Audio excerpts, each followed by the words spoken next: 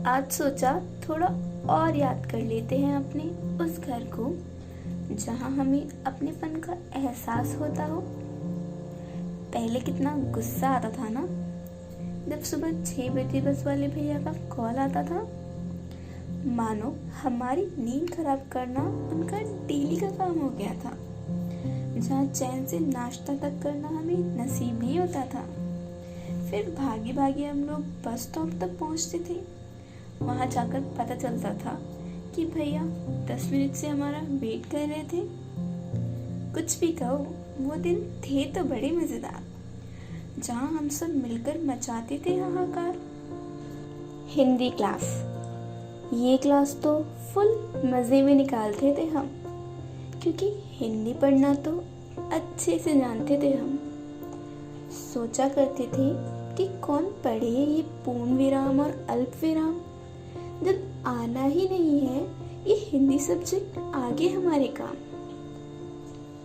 English class, इसमें teacher आती तो थी चेहरे पर एक स्माइल लेकर, लेकिन जाती थी हमारे माथे पर टेंसेस को सॉल्व करने की टेंशन देकर। वो अक्सर ये बोला करती थी कि अब से क्लास में हिंदी बिल्कुल नहीं चलेगी।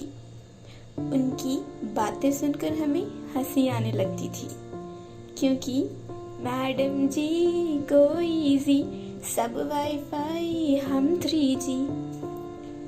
मैथ्स क्लास, ये हुआ करती थी दिन की सबसे बोरिंग क्लास, जिसमें सब करने लगते थे इधर उधर जाने की बात। अल्फा बीटा गामा का फंडा कभी समझ नहीं आया हमें। इस अंडर रूट, स्क्वायर रूट और क्यूब रूट ने भी तो काफी सताया है हमें।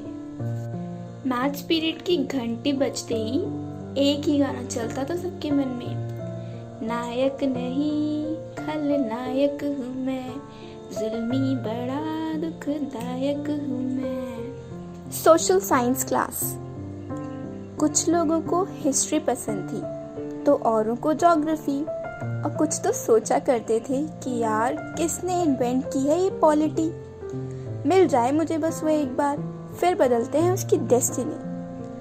अब कोई नहीं पढ़ना चाहता था कॉमिक्स, क्योंकि सबको पसंद आ गई थी इकोनॉमिक्स।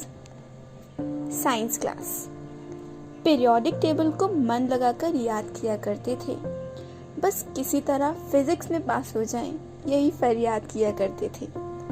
यूकारियोटिक सेल और प्रोकारियोटिक सेल का डिफरेंस कभी अच्छे से क्लियर नहीं हुआ, but thank God biology teacher ने फिर भी अच्छे नंबरों से हमें पास कर दिया।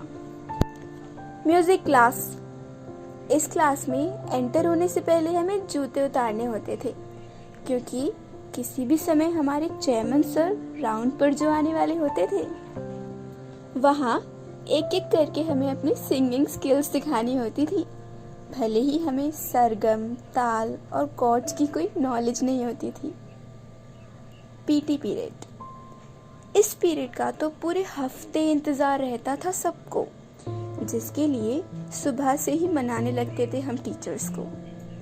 खेलने में हम इतने मशगूल हो जाते थे कि पता ही नहीं चलता था सर कब पीछे से डंडा लेकर आ रहे होते थे।